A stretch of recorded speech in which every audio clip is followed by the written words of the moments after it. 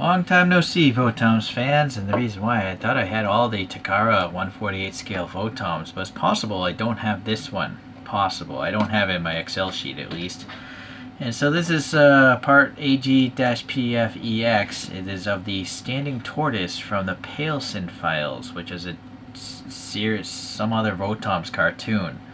I think it came obviously after the original TV series. Sunrise owns VOTOMS.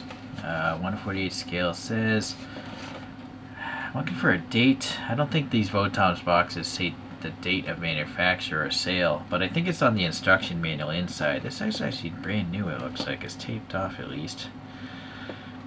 So it's kind of like an action figure slash model kit. The majority of it's already put together, but to really finish it off, you're going to have to clip off some pieces and stick them on there.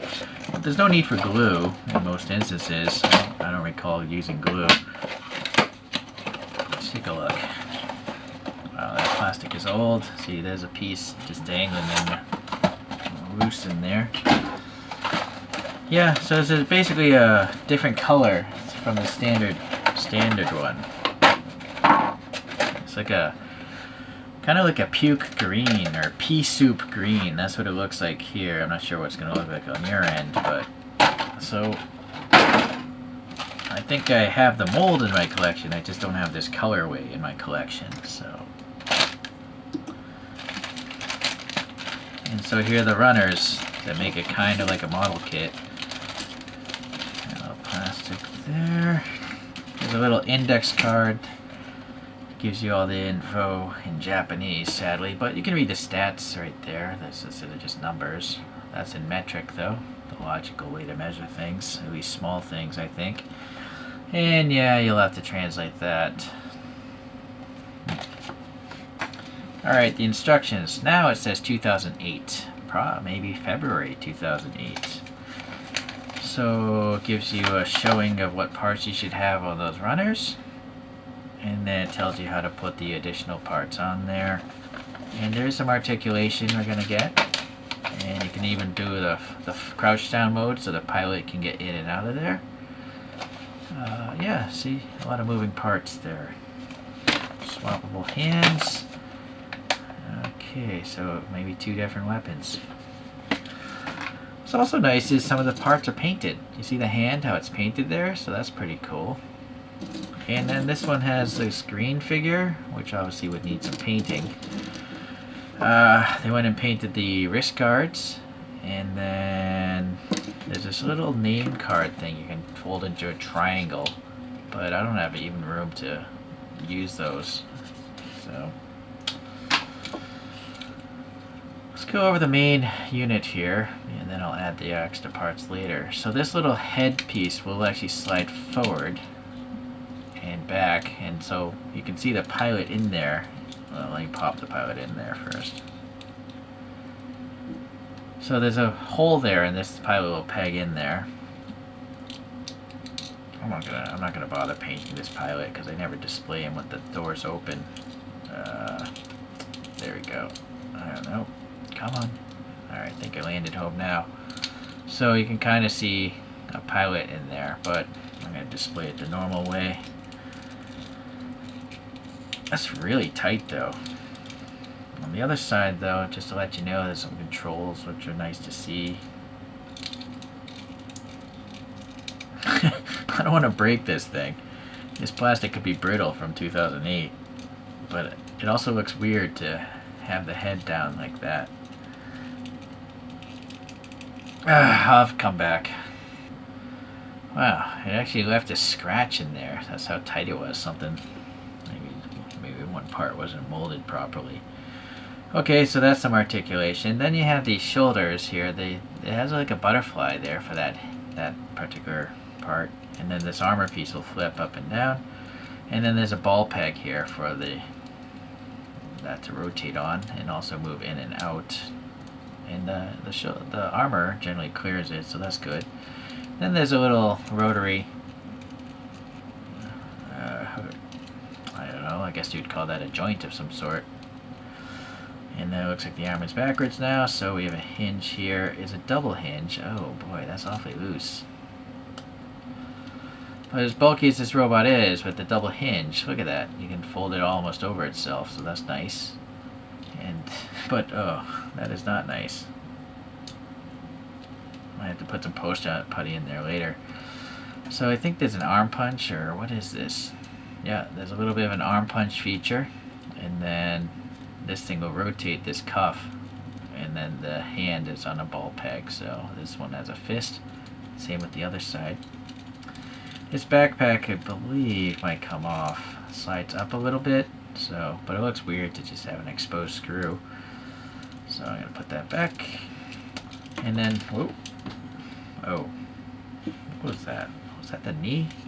Yeah. So a lot of parts sometimes you might want to glue, because if you drop that, you're gonna lose it. It's so small. I'm gonna have to glue that later. So you can rotate this thing, and then all these armor flaps will flip up, so you can do the crouch down mode. Then we have a ball peg here for the thigh, so you can kick the leg back there, kick it forward there, in and out, rotation of course. And then we have a double hinge, I think. Yeah, a double hinge for the knee, so you can get the foot leg in that particular stance. And then you'll see if you can actually pull this apart, and that would help it do like its crouch down mode, I guess. So I think it's supposed to be kind of like this. Something has to come out more. I guess doesn't seem quite right, but something like that. Something might be. I don't know what's happening. Well, I'm not going to display in that down mode anyways, so sorry if I can't show you that. So you can see, seeing how it was put together, you know, they poorly tore it off the molding runners, so you can see all these tear marks. So it's basically an assembled model kit. And then the foot here, we have this armor to hide the ankle, and it looks like there's a hinge there and the ball peg for the end of the foot, so you can get a little side-to-side rocker. Not really rotation because it's colliding. Yeah, bottom of the feet detail seems good enough. Alright, so that's basically the thing. Considering how small it is, you know, the articulation is quite good. If the overall height right now with the backpack is around 9 centimeters, so a lot of articulation for something this short. So I'm going to have to strip these armor pieces off and then build up the rest of it. These look like leg armor pieces. And then yeah, if you have this extra molding stuff, I like to use these cheap $1 nano files. They do a really good job because A, you can see through the file and know when to stop. But if you do it light enough, you know, it almost leaves no nub mark. See, it's pretty much gone. If you really want to polish it up, you get these cheap little nail file things. So that's a fine grit, and then the white part will basically polish it up like new. So that's a little, the kind of stuff I like to do on my model kits.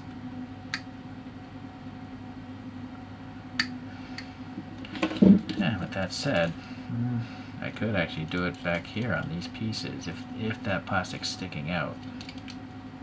No, unfortunately it's recessed, so never mind. These probably maybe go into the shoulder armor.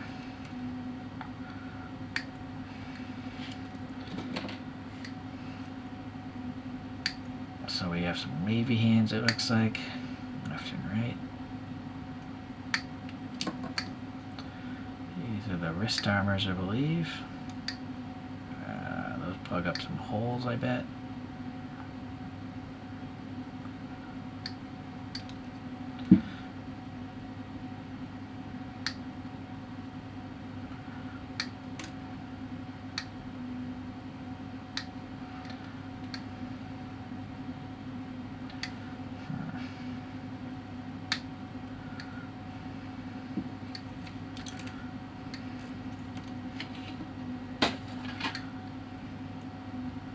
I see. So if you look at the palms here, they're casted open. So that's what these rectangles are for, to fill in that gap. And I push it tight with the file. There we go. Should sand off those knobs, but I don't really care because chances are I'm not even going to pose it with these hands. This should be grippy hands for the weapons, so. This is the antenna that goes onto the backpack. Oh, some plastic in there. And you can see it's painted already, so that's nice. Let's assemble this gun. You can see the barrel, this 4-barrel thing already has black paint in it.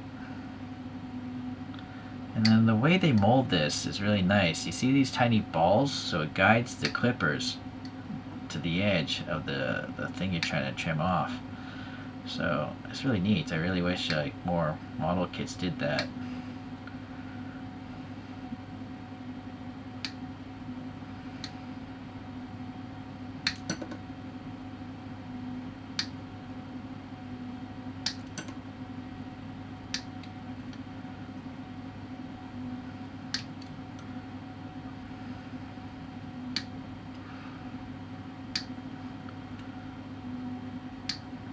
You could obviously just tear it off, but then you're going to have those white stress marks, so that's why I go through the trouble of clipping these.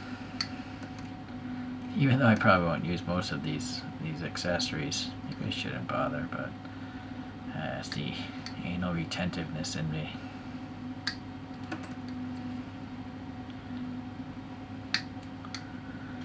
Alright, let's pause to put this gun together. So this little thing is the stock, which is collapsible. So it fits in that recess there. Then we have this, oh, I guess this handle goes around a peg on this half. And that handle will be able to pop out later. So I think I can put this together now. Yeah, see, so I got some extra plastic there.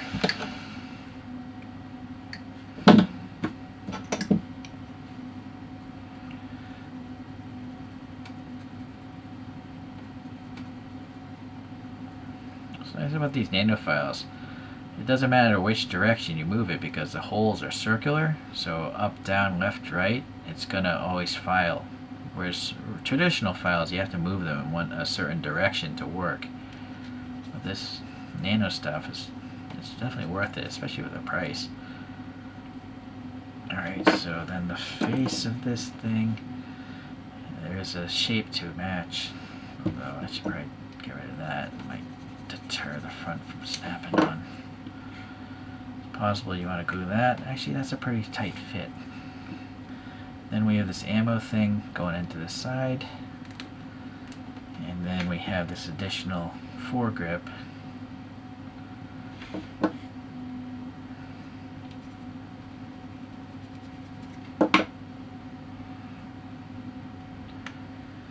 Alright, so we have like a quad bazooka, or I'm not sure what else it would be.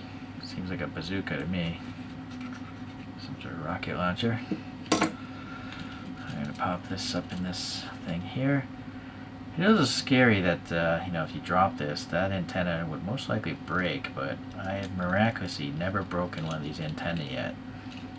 It's only a matter of time, though, until it does happen. And, you know, that's such a small peg, I am going to hold off. I'm going to glue that in place. Here's the wrist guard. You notice there's a little bit of a recess, so it's best to push it into that recess first, and then it'll snap in. Alright.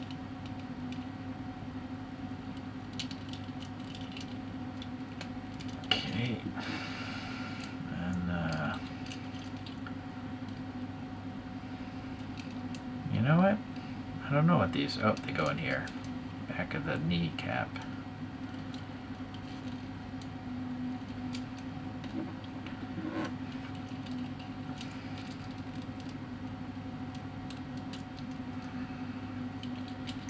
And then, yeah, these are going to be for the top here. Try to gauge if I need to glue them.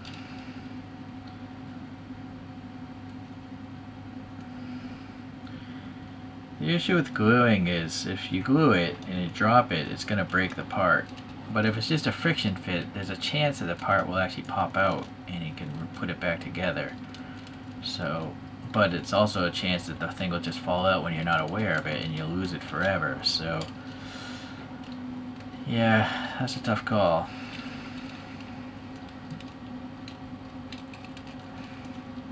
This is really delicate. I think I'm going to push that in with tweezers later.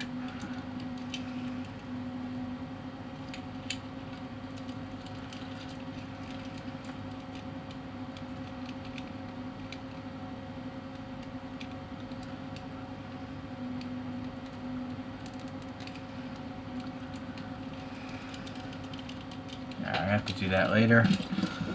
Let's put this. Oh, this is actually a more traditional looking bazooka.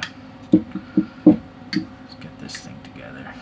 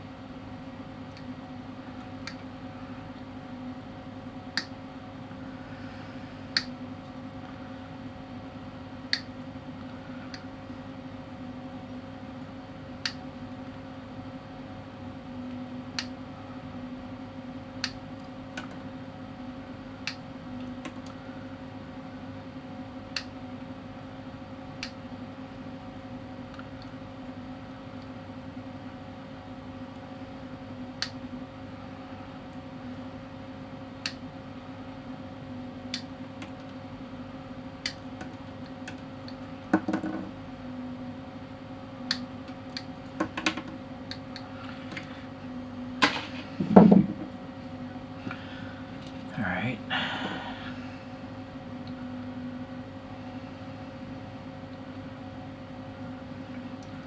So, in this case, I'm going to show that you don't actually have to put the handle in beforehand, because it actually will flex in there. So here's a handle, it just pops in. But if you want to have the thing holding it, there's a handle with the hand already attached to it. So let's try that one. It's kind of colliding with that plastic there, though, of the other grip. So that's kind of weird. I don't know if there's too much plastic or the position of this handle seems off. Try to force it. Yeah, that's odd.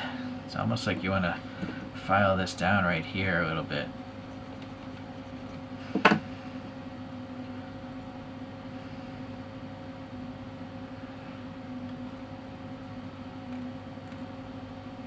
Still. Huh. That's really odd. Yeah, it is definitely not designed well. I'm really going to have to trim off some of this plastic here.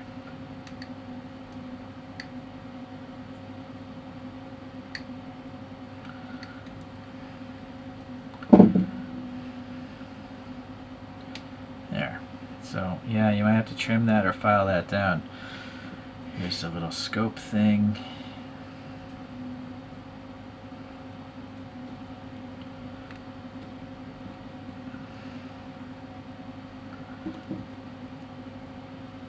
Oh, you know what? I think I put that handle in backwards, that's why. Yep, I'm gonna guess that's the rear end. So it was properly designed, it's just that I wasn't paying attention. Luckily it still works. Still fits fine. Yeah, that stress mark is bothersome to look at.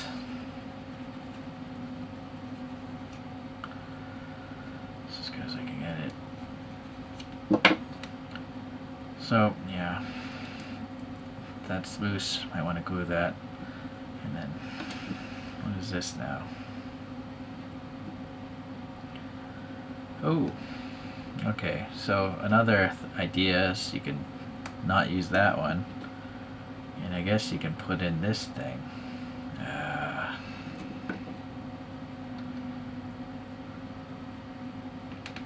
So this is a ball pivot, and it fits into this hand. And then here's the back of the hand.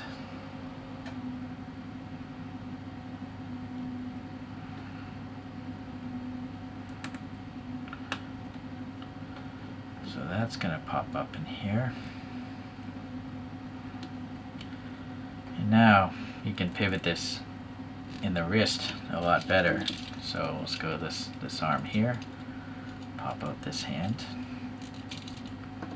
pop in this ball hand. It's very loose. Yeah, that's super loose. You're gonna have to put some poster putty in there.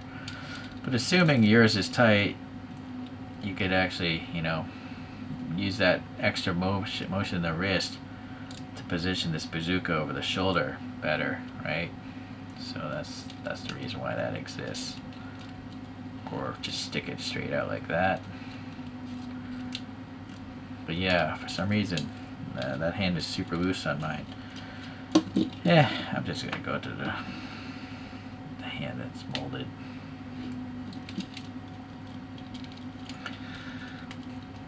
But as you can see, it won't allow it to go over the shoulder because it's going to collide with the shoulder instead. So you get an idea there. Sadly, this wavy hand, unless you use poster putty, it's not going to really hold the weapon. It's not meant to be a weapon holding hand. But it does look, I think, a little more natural than a fist, unless you're trying to pose as a boxing robot. Just more, again, this one's super loose as well. So, yeah, strange. So I'm going to take some poster putty here. Just jam it on the ball. Fill up that gap. And so, yeah, poster putty doesn't adhere or strip paint or melt plastic, so it's a pretty inert material. So for just standing, right, it seems okay. So this little loose D-ring looking thing, it goes around the knee. It's an asymmetric design, so only this right side knee. And again, that kneecap might fall off, so I'm going to have to go back and glue it.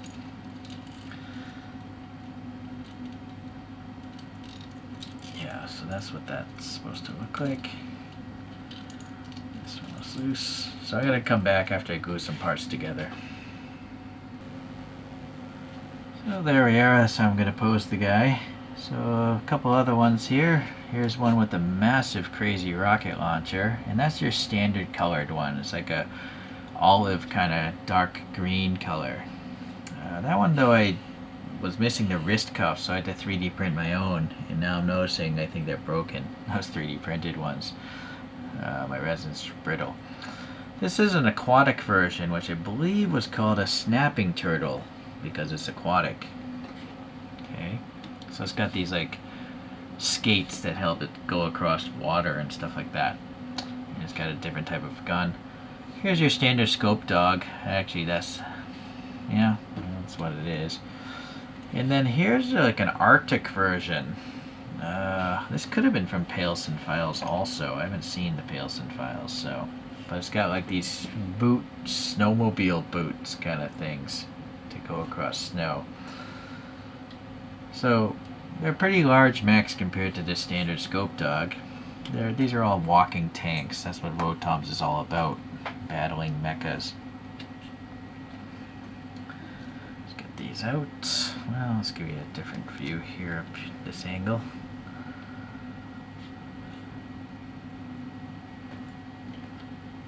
Yeah, this thing's wacky. These like snow tread looking things. I like how the snapping turtle has like a metallic finished dome.